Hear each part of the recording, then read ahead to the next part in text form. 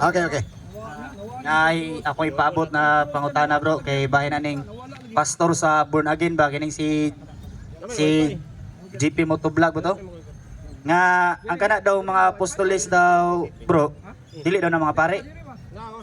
Kay ang gitugyanan daw sa Ginoo mga pastor na daw kay wala na daw mga pare. Unsa may atoy katubagan na bro?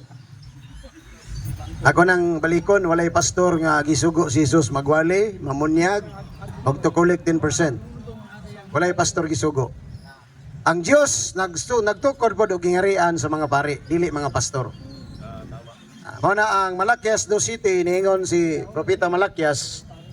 Niingon ang Dios, kun duna kamoy gusto mahisayran kanako, adto kamo sa ako mga pari pagpakisayod. Pari ang gitugyanan, dili pastor. Sunod, ang mga apostoles puro to pare. Nga naman, kay si Kristo sa Hebro 8:1 o Hebro 3:1, siya pangulong pare. Nabaday pangulo og way sakop. Kinsa may mga sakop ni Kristo? Ang 12 ka apostoles. Kung si Kristo general, sundalo, natural ang iyang mga sakop sundalo pod. Unya kay pangulong pare man si Kristo, natural ang iyang mga apostoles puro to mga pare. Kay mo man to iyang mga sakop. Naaba sa Biblia nga ang mga apostoles mga pare na. 1 Pedro 2:5, 2:9. Ningon si San Pedro, kita ang katawhan sa Dios, ang piniling katawhan, ang balaang nasod, ang gingharian sa mga pare. Kung sa gingon sa unang Santo Papa sa Iglesia Katolika, nga mao ang unang Santo Papa Obispo, kita ang gingharian sa mga pare. Mao na nga ang tanan apostoles pare, sumala sa deklarasyon ni San Pedro, nga ingon niya, kita ang gingharian sa mga pare. Siya may pangulo sa 12 ka apostoles. Sa diha nga si Kristo ni sakas langit, ay mo na siyang invisible head of the church. Ang visible head of the church, ang makita nga pangulo, maong Santo Papa. Pag-ingon ni San Pedro, kita ang gingharian sa mga pare. Of course, si San Pedro, pangulong pare, Pontifex Maximus, Santo Papa, Pontifex Maximus, High Priest, labaw nga pare, Santo Papa. Iyang mga sakop, ang 11, puro to mga pari o mga obispo. Gani sa pinadayag 5 Gs, ni-confirma si San Juan. Pinadayag 5 Gs, ningon San Juan, gihimo mo silang gingarian sa mga pari o Diyos, aron maghari sila sa tibok kalibutan. Kung sa gitukod ni Kristong gingarian, gingarian sa mga pari, dili gingarian sa pastorutoy, dili gingarian sa ministro, dili gingarian sa ansyano, sa siksing gihubak, dili. Ang gitukod sa Dios, gingharian sa mga pare.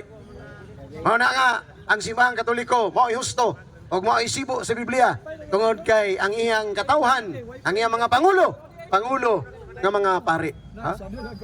Gani si Jesus sa dihang naa siya gitambalan, ningon siya nga adto mo sa mga pare. Si Kristo ni sugo pod nga adto sa mga pare. Wa siya mingon adto mo sa mga pastor utoy, wala. Kay kabalo si Kristo nga delikado ang tawo maadtog pastor. Supsupan ra nag 10% galad. Luoy kayo no, pangwartahan ra na sa mga pastor nga piki. Diya sa Biblia naapoy pastor ang simbahan Katoliko, naa sa Episo 4:11. Ang gasa diha pastor, magsasangyaw, apostoles, propeta. Kay tanan na apostoles pare man na. Unsa nga pastor ang nasa simbahan Katoliko? Pangulo sa mga katilingban, GKK. Mao nang GKK president, mga officers, apostolado, kaabag, katikista, apel ang CFD, mga apostolado. Kitawag kita sa simbahan og Paris Pastoral Council. Mga pastor ta. Mga pastor ta sa simbahan Katoliko. Tigbalantay ta. Pero unsang kasing pastor atong pagkapastor? Episo 4:5 iatras nimo. Kining mga pastor sa Katoliko, isa ka Ginoo, usa ka Dios, o usa ka bunyag. Kitang tanan isa ra Ginoo, isa Dios, isa bunyag. Kining mga pastor karon nga mangingilad og 10%, lain-laing pagtuo, lain-laing reliyon, lain-laing bunyag. Mao na nga piki ni nga mga pastor. Wa na ilabot sa Biblia. Kay ang sulat nga naay pastor Episo, panahon ni San Pablo na, wa pa may protestante ana. Puro na Katoliko mga pastor diya. Wa ilabot ni mga pastor nga nisulpot niya ning bag-ong siglo. Mao na ilabing tinuod mga igsoon. Sakit na paminahon sa mga nasaag.